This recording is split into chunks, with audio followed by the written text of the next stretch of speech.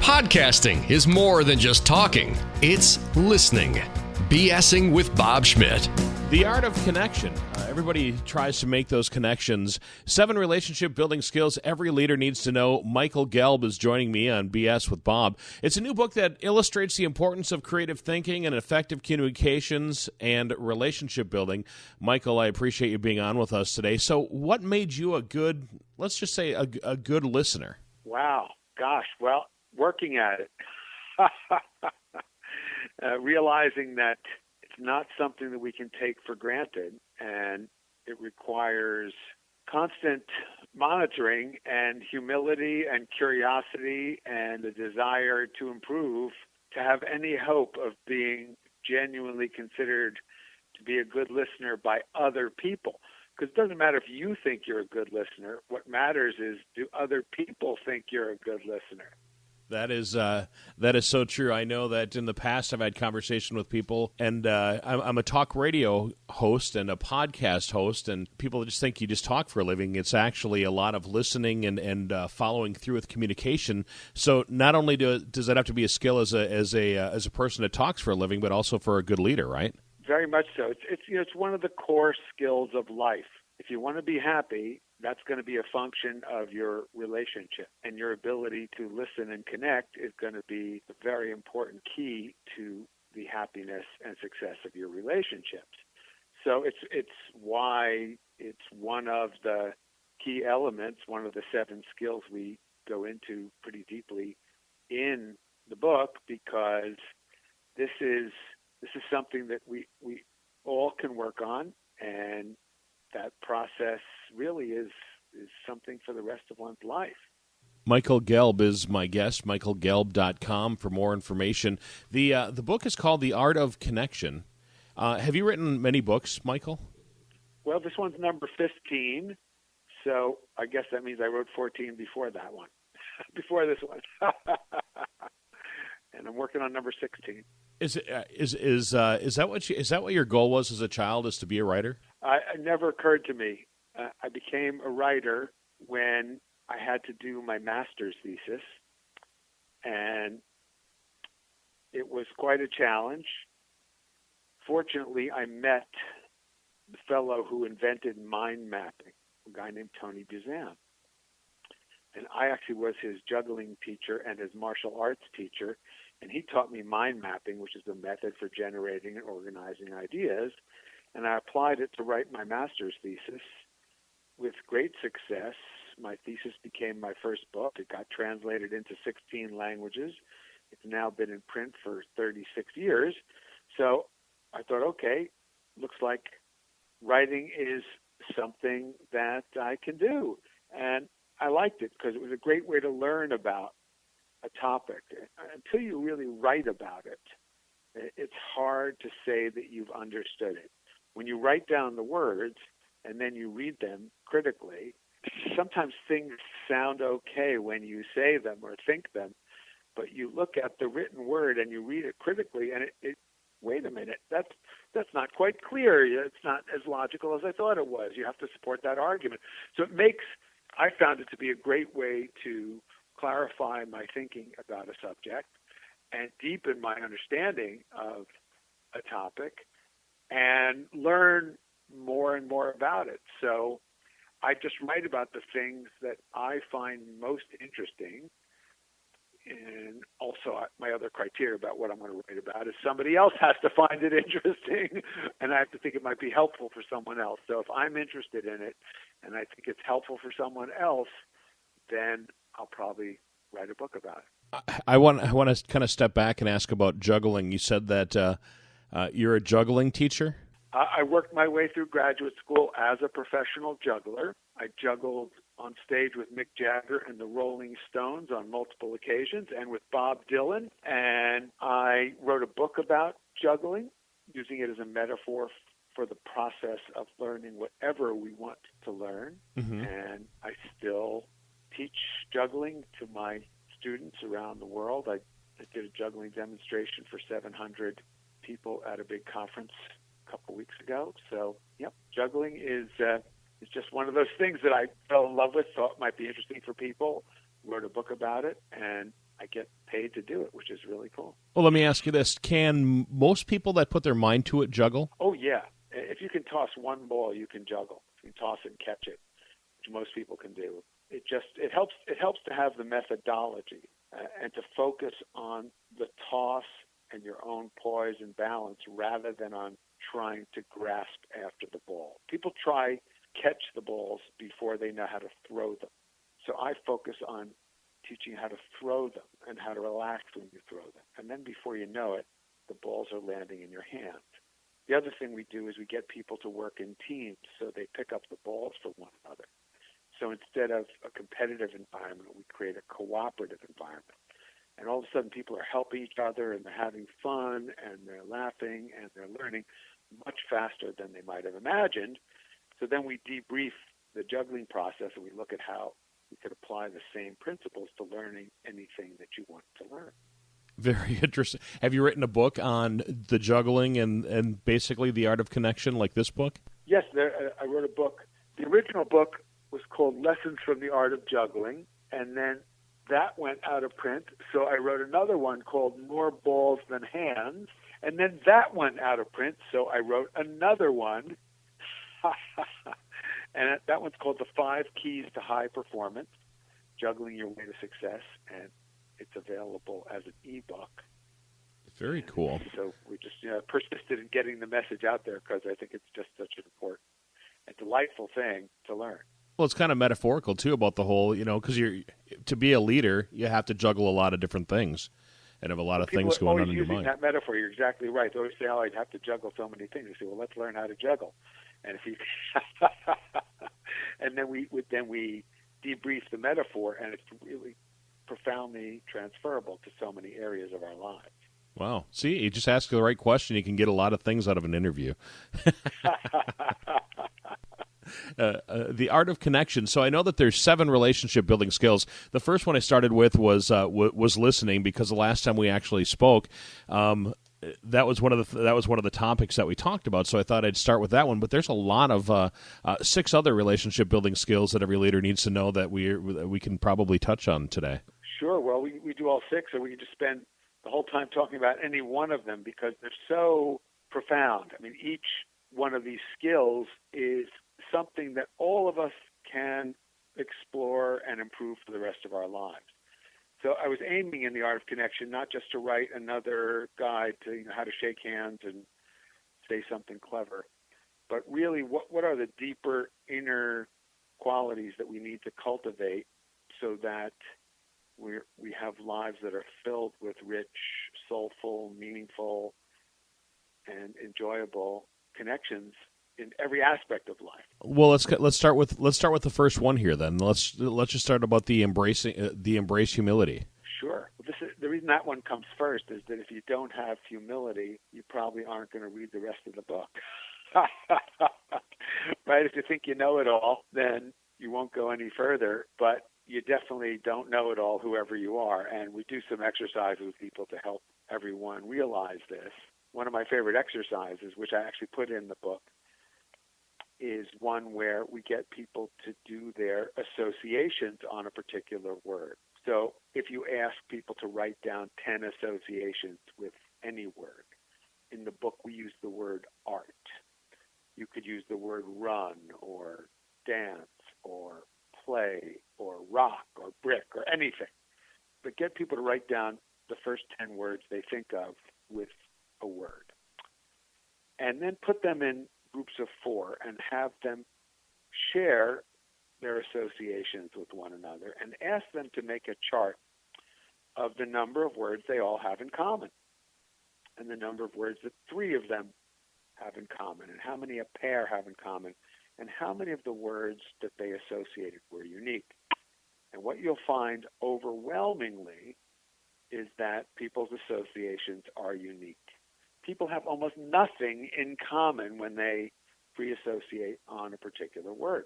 So this can be very disturbing for people because they're shocked to say, how do we communicate at all? If we all live in our own world, if we all have our own associations, it's very challenging, and it helps us understand why people misunderstand one another so frequently. especially if we rely primarily on words for our communication. And as people do more and more texting and emailing, emojis and emoticons do not substitute for body language and voice tonality. So misunderstanding is only becoming greater because it's just so easy to misinterpret a word. Now, the good news about this is that if you get any group of people together, each person has a different way of seeing things. And if you learn how to access the different ways that people look at things, you can do some very powerful creative thinking with groups. It's really how we leverage diversity of thought. But if we're going to get anything done, we need to communicate about it. We need to be able to agree on what we have communicated. And the simple takeaway from this word association exercise with every group I've ever done it with is people realize that communication is fraught with misunderstanding. So they come away a little more humble, a little more careful, a little more thoughtful, because they recognize just how easy it is to misunderstand others. So that is, as you can see, that's a logical first step to the art of connection and improving your relationship building skills, is to don't take it for granted, recognize that you've got to work on it, and you've got to monitor it, you've got to follow through, and that if something can be misunderstood, it probably will be misunderstood. So you've got to be diligent and careful. Michael, those words just kind of hit it right out of the park. I'm thinking that every parent that's listening right now has had that same issue with their children. Every boss has had it with their employee. Every shopper has had it with the clerk at the grocery store or at the store that they're buying something from. Every spouse has had that same issue, because you're right. You could say something one way and mean something completely different, and this is what I meant, but then somebody takes it the complete the complete wrong way.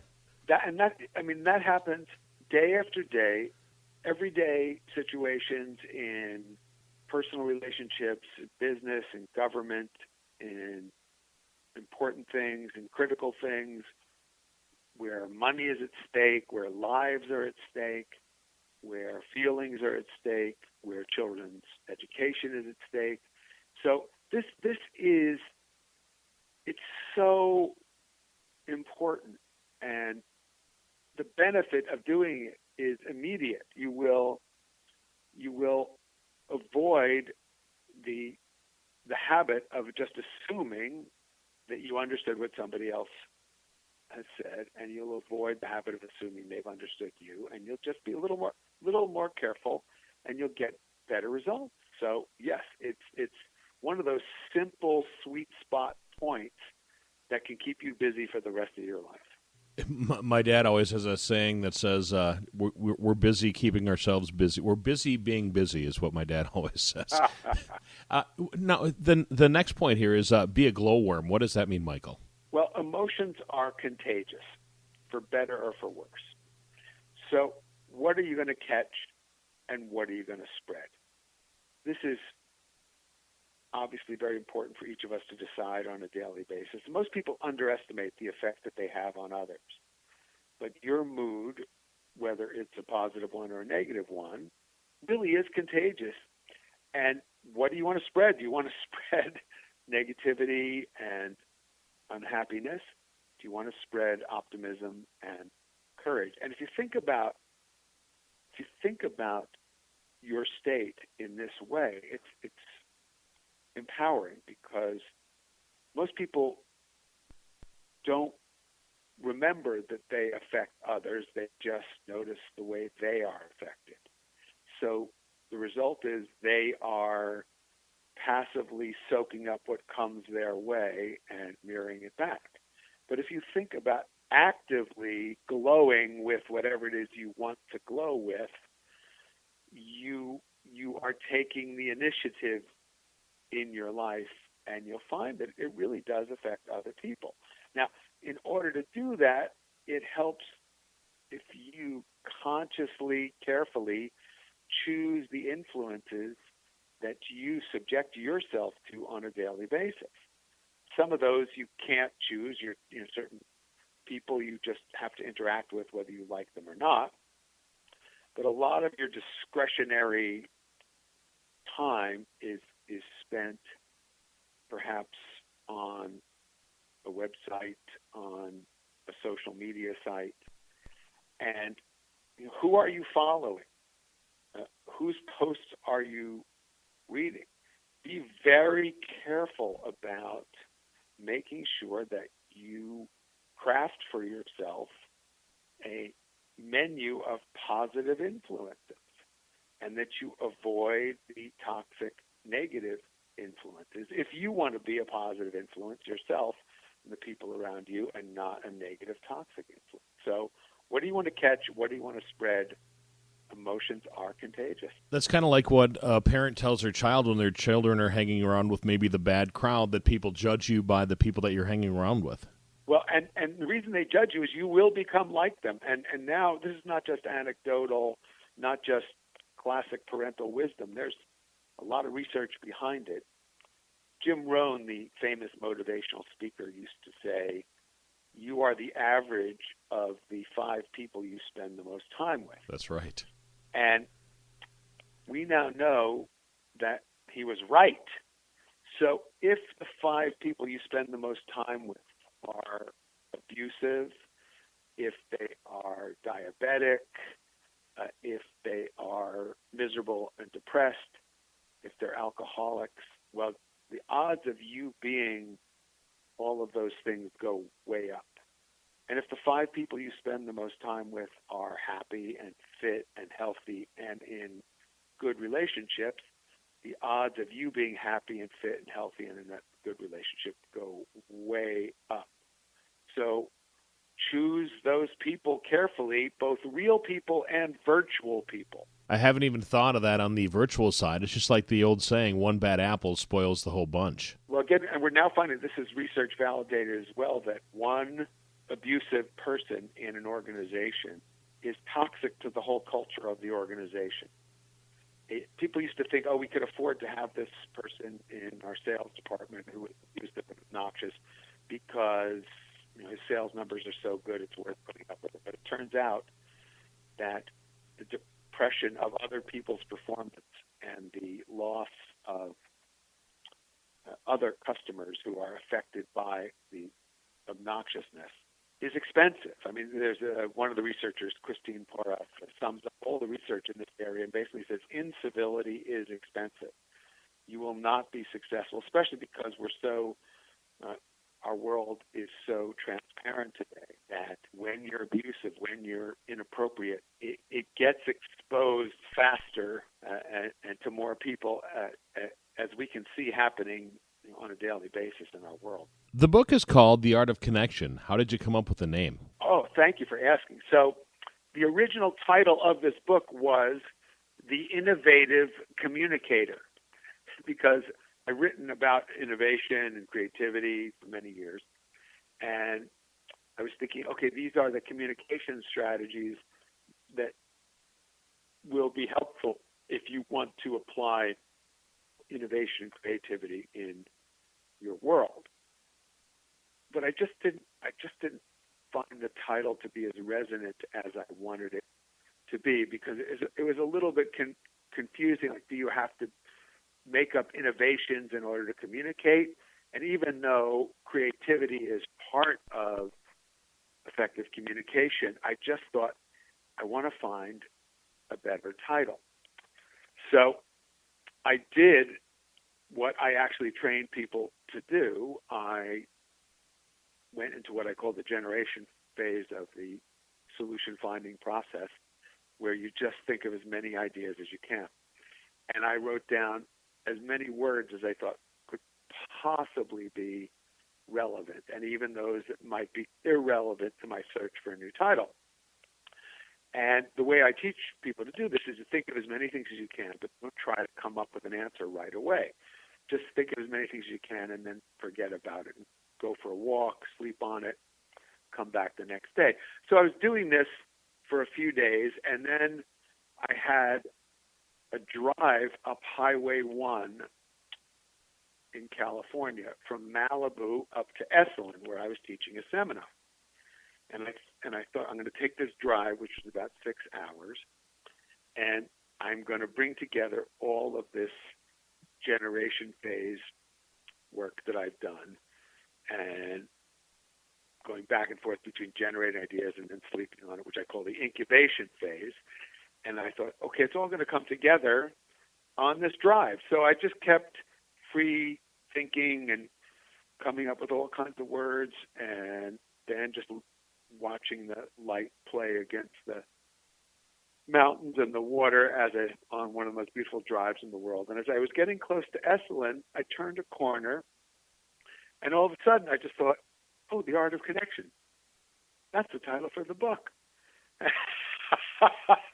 So it just came in a classic creative epiphany, and I just thought that's exactly what I want this to be called, because the core of relationships, the core of communication, the core of making creative and innovative things happen, all of it begins with connection with yourself and with others. Except even though there's lots of science, and as you know, I put a lot of it in the book. I interviewed a lot of researchers, put a lot of references in the book. It's an art. It's an art, and we can't just take a reductionistic approach to it. We can't just put it in algorithm. I'm sure artificial intelligence experts are going to be working on this for years to come to see how well they can do. There are some breakthroughs with AI and empathy and helping to figure out what people are feeling. But for us as human beings to deepen our ability to do all this, well, I just thought The Art of Connection was what I wanted to write about. So that's how the title emerged. Was it hard to come up with just 7 relationship building skills? Well, because you know as well as I do, there's way more than 7. but these 7 seem to be pretty fitting. Well, that was the next thing. Okay, so now what's the subtitle? So the original, there was a different subtitle. The original subtitle was something like how to build relationships, resolve conflict, and sell ideas. Yeah, how to build relationships, resolve conflict, and sell ideas. So, because those are all things that I thought a lot about and wanted to help people with. So I was talking to my publisher, and we talked about the amount of words that I can have in the book. And the limit was 50 or 60,000 words.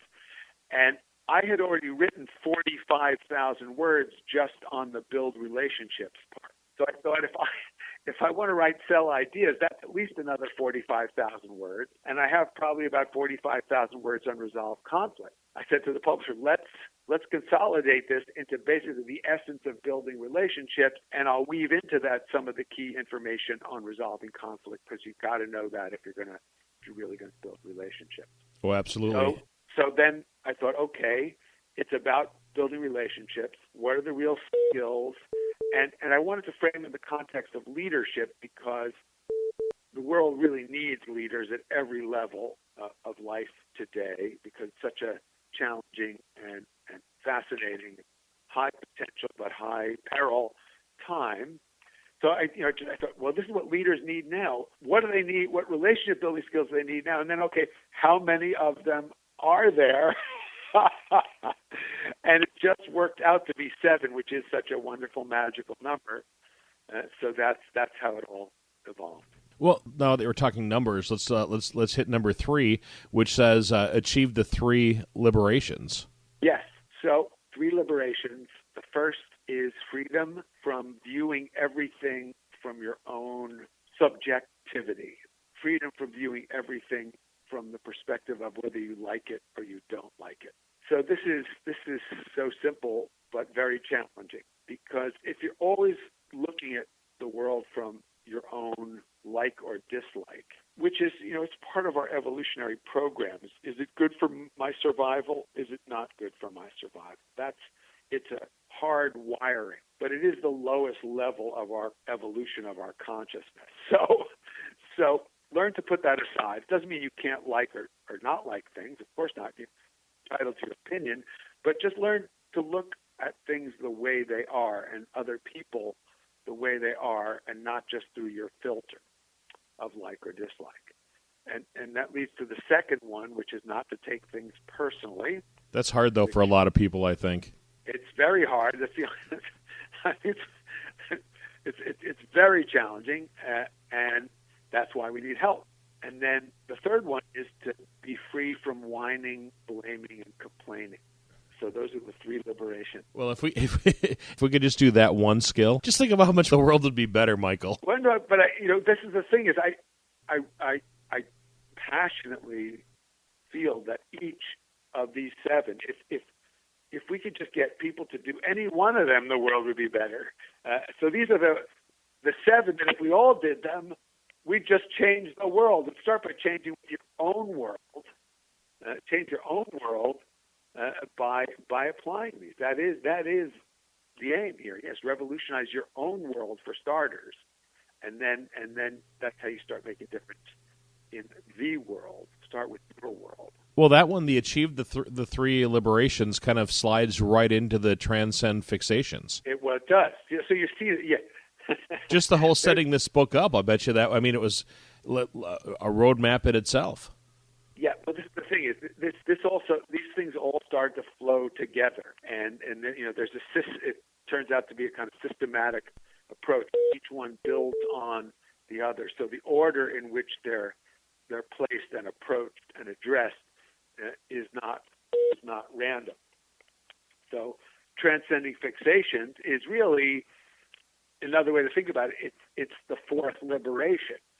Transcending fixations means as you understand your own personality profile, your own orientations, and whether you're introvert or extrovert, what number you are in the Enneagram, Myers-Briggs, whatever personality profile you've taken. And if you haven't taken one, there's lots of good ones you can take for free now on the internet. So get some insight into yourself, figure out your habits, your tendencies, and then begin to free yourself from them. So what are your fixations, your habits, your tendencies, your default setting, your program, and then learn to move beyond them. Is there a simple way to do that? Because I'm guessing every single person listening, myself included and yourself included, has those fixations that either eat at us on a daily basis or weave in and out of our lives on a very regular basis. How do you put that stuff aside? The answer is it's sort of humorous, but it's actually serious. It comes from the classic Seinfeld episode where George realizes that everything he's done in his life is wrong, so therefore the opposite. One of my favorites. Right. So, and I'll give you a real practical example. Just take the simplest distinction between introvert and extrovert. So if you're an introvert and you want to transcend that fixation, you want to do the opposite of introverted behavior. You want to introduce yourself to people. You want to go out of your way to socialize. You want to do the opposite of your proclivity. I'm an extrovert, so it's really easy for me to socialize and interact with people and be the proverbial life of the party. So I've really worked on doing the opposite. I learned I just sometimes am really quiet and listen for an hour and don't speak. I have a practice I do when I'm home. Every day the weather allows, I go for a walk. There's woodlands nearby. I go for a walk for an hour. I shut off my phone and I don't talk. So it's really the opposite of what my natural proclivity, my fixation would be, to be on the phone, be on the web, be emailing, be texting, be talking, be Skyping, be FaceTiming, and instead I go by myself. And it's my own experience of that is tremendously liberating. I get a whole different kind of energy and insight, creativity that comes from doing the opposite of what my fixation might have me do. You know what? The way you answered that flows exactly into the next one then, too, the balance energy exchange. Can I just before you go into that one though, I kind of wanted to talk a little bit about the transcending your fixations, because I find even though I'm a very social person when I'm at work, when I'm quote on, when I'm off, when I'm on my own time, I prefer now to go sit at my cabin and work down there and just kind of be by myself. And when I get home from work, after being on the air for hours, I tend to find that sitting in front of the television, just kind of letting somebody else do the thinking for me for a while, sometimes seems to put me into that place of ease more so than if I were to continually be on all the time. Well, it sounds like you're seeking balance, and that you're right. That is the next one of the skills, which is to find balance in yourself. Which you can see how the self-knowledge. If you don't know yourself, you're probably not going to be able to find balance. And if you don't know your own fixations and proclivities and tendencies, you're not going to be that skilled in knowing those of others and working effectively with others. So know yourself, know your own tendencies, and then become aware of the tendencies and fixations of the people in your life. And this is by itself is very liberating. When people just become aware that we're all programmed to a large extent, and other people are doing things not because they're out to get you. I know it often seems that way, but it's part of why you also get free from taking things personally. People are usually doing things because that's just the way they're wired to do them, and they're usually doing them without even being aware that they're doing them. And if you can see a tendency in someone else based on a fixation, and if you can see a tendency in yourself based on a habitual pattern or tendency or fixation, it's just much easier to be compassionate. And when we're compassionate, when we're empathic, we have a little more freedom. We have a little more consciousness. Then we can choose our behavior. Without that awareness, there's no choice. So if you have awareness, now you have choice, then you can monitor the balance of energy in your relationships. And what you want is a positive, abundant flow of gratitude in all your relationships. And that's the best workplace, that's the best marriage, that's the best friendship, where everyone feels grateful to everyone else and is looking out for one another. And that's heaven. And hell, of course, is the opposite. So a lot of times, a lot of people spend most of their time in purgatory, where they're going back and forth between these modalities, but you want to be moving towards a more heavenly workplace and a more heavenly relationship. Monitor the balance of energy exchange and then figure out how to adjust it so that it flows more freely and harmoniously. Michael, I really think that a lot of us are missing out that piece, that gratitude piece, that we may think that we're gracious, but we don't. Oftentimes, I don't think that we share that we're gracious over something, or that we're thankful that somebody, did something above and beyond, or even did something that, to help you out or to make your life a little bit easier. A lot of times we just let that stuff, they're just doing their job, but sometimes it's above and beyond, and we should just say, hey, thank you. Well, catching people doing something right, as the great Ken Blanchard likes to say, is cost nothing, and it has a tremendous benefit to just a way of enhancing the flow of energy in relationship. And the other thing that's great about it is you catch people doing something right, they're more likely to catch you doing something right, and you can see you create a cycle of acknowledgement and gratitude. But what about when things aren't going right? What about when there are things that seem to be depleting the flow of energy? What about when something is inappropriate or not working in a way that you think is right or positive or good? Well, that's where we have to learn how to give and receive constructive feedback. And again, This is such a simple skill, but most people are utterly clueless about how to do it. They just because they haven't been trained. And people in organizations hate feedback sessions. They can't stand performance reviews because people haven't been trained how to do it. And it's usually just a lifeless and torturous exercise. So I go pretty deeply into what I've learned about how do you do that? How do you give it? How do you receive it? Well, is a lot of it construct? I mean, I think that you're right on that. That a lot of people hate those things because either they're somebody just kissing your ass the whole time, or somebody being super negative the entire time. Right, and because both are expressions of just not being skilled at doing it. So when you learn, the best environments, people, first of all, they ask for feedback, because when somebody's good at giving it, then you want it, because then you can improve. And the core issue for people is they want you to love them exactly the way they are, and they want to improve. But what gets mixed up is the feedback becomes feedback about the person rather than about a particular behavior. So people wind up feeling judged for better or for worse, oftentimes for worse, and nobody likes that. So part of the art of giving feedback is to validate the being of another person and have them know and understand that the feedback is being offered in a supportive and respectful and even loving context, and then to deliver it in a way that's actionable so that I can do something about it. And rather than, you can't give somebody feedback that they can't do something about. All that's going to do is make them angry or depressed. Right. That makes a lot of sense. It surely does. Michael, I know that we touched a little bit earlier on being a rare listener. Is listening a skill that somebody that is bad at it, can they end up getting better at it just by practice? Or if somebody's a good listener, how can they end up being even a better listener? Sure. Well, the answer for both of those is they have to want to.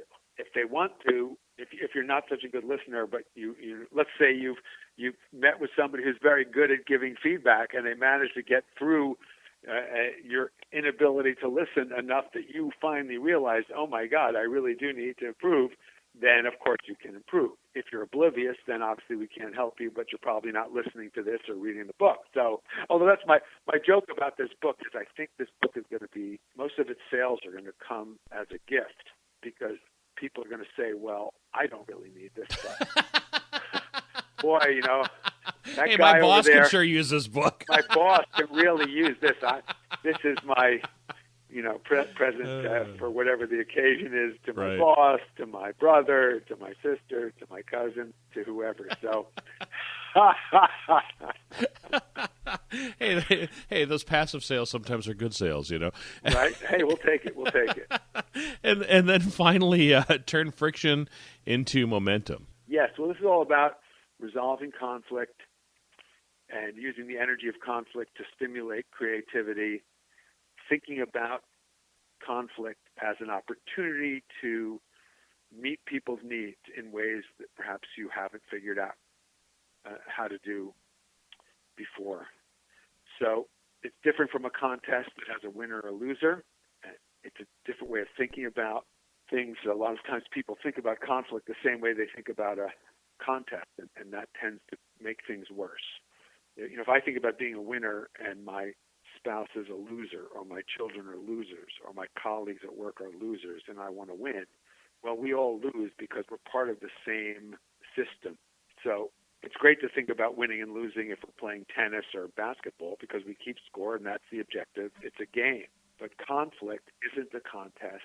It's not about keeping score or winning or being right. It's about figuring out fundamental needs of the parties involved and coming up with creative solutions to meet those needs. Is that similar to, so basically turning the friction into momentum is kind of like taking a failure and turning it into a learning lesson? You could say that, yeah. It is. It is just being creative in response to life's challenges and being empathic, so that you're tuning in to the other side as opposed to just demonizing them, which is the tendency people have today. When we disagree with others, we make them into the source of all evil and then dehumanize them, and this doesn't usually help us come up with solutions. I think that happens in all walks of life, and everything from your friendships to your boss to your family. Sometimes to I think all that stuff kind of ties in. Well, it's great to have strategies to overcome that. And I tried to put everything I've learned about how to do that in the chapter. So, Michael, does there always have to be a winner? Well, this is the thing is, in a contest, yes. Otherwise, it's boring.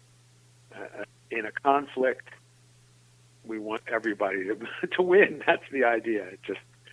We want to look after the needs of everybody involved because we are connected. If you're part of the same organization, you're connected. If you're part of the same family, you're connected. And that should be obvious to everyone. It may not be as obvious that all of humanity and all of life is connected. That's the more spiritual aspect of the art of connection. But just start with your family. Just start with your workplace, with the people where it's clear that you are part of the same system, and see if you can meet the needs of those people in ways you haven't thought of yet. You can have a follow-up call about how to save the rest of the world. All right, Michael, I got to ask this. So how do we go about getting copies of this book for our brother, our sister, our spouse, and our boss? Well, best thing is people can come to michaelgelb.com. That's Gelb. And they can order the book, obviously, on the site. There's also lots of free articles, videos, interviews that people can get access to. So michaelgelb.com, Gelb. Gonna be asked with Bob. Gonna be asked with Bob. The BSing with Bob Schmidt podcast is brought to you by Orange Computer. Find them online at orangecomputerlax.com. This has been another podcastforhire.com production.